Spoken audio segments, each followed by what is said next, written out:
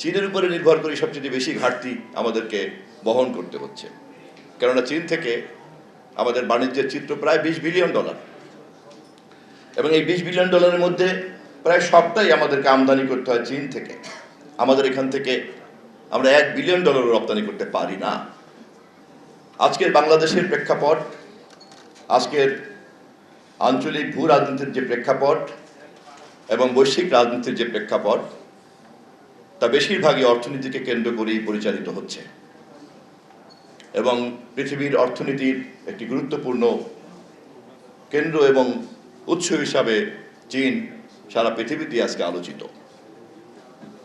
সঙ্গত কারণেই আমাদের দেশের অর্থনীতিও, বিশেষ করে আমাদের বাণিজ্য পরিপূর্ণভাবেই চীন নির্ভর হয়ে পড়েছে, এবং সে কারণে আমরা চীনকে আমাদের অর্থনৈতিক এবং বাণিজ্যের প্রেক্ষাপটেই যেমন বাধ্যবাধকতা আছে বন্ধুত্ব তৈরি করার, তেমনি আমাদের মধ্যে আন্তরিক আগ্রহ আছে।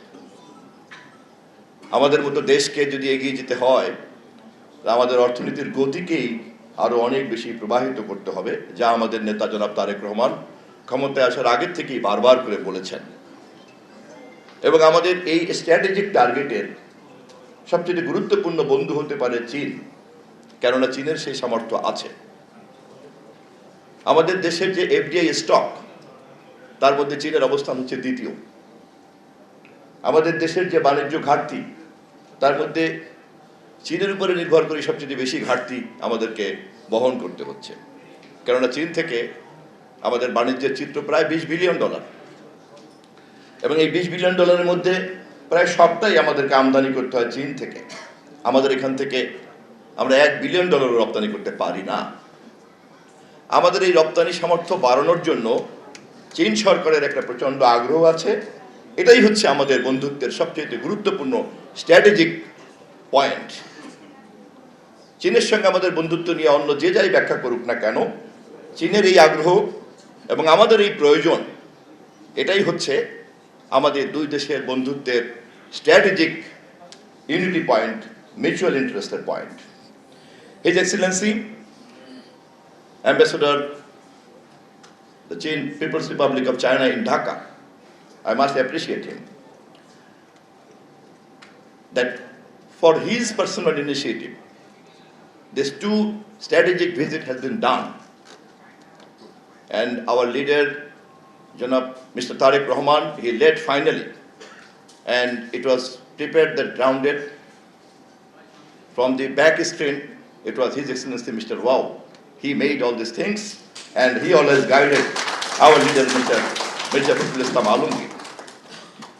And it is clear, all of us, that after this visit, under the leadership of our Prime Minister, Honorable Tariq Rahman, that finally the road communication between China, Myanmar, Bangladesh, and India, which has been fixed long before, but for some critical issues, finally, Bangladesh and China did agree that we are ready to start this communication between China, Myanmar, and Bangladesh. And of course, any other party, including India, is welcome, because without communication, no economy can grow rapidly. So, of course, I must appreciate His Excellency that he could understand all these things very properly, and that's why he could prepare all these things. And finally, we did achieve this strategic victory, that the road communication between China, Myanmar, and Bangladesh will be considered with more and more priority, and including India, all other countries may join all these initiatives. So this is very, very, very, very strategically important for this regional area.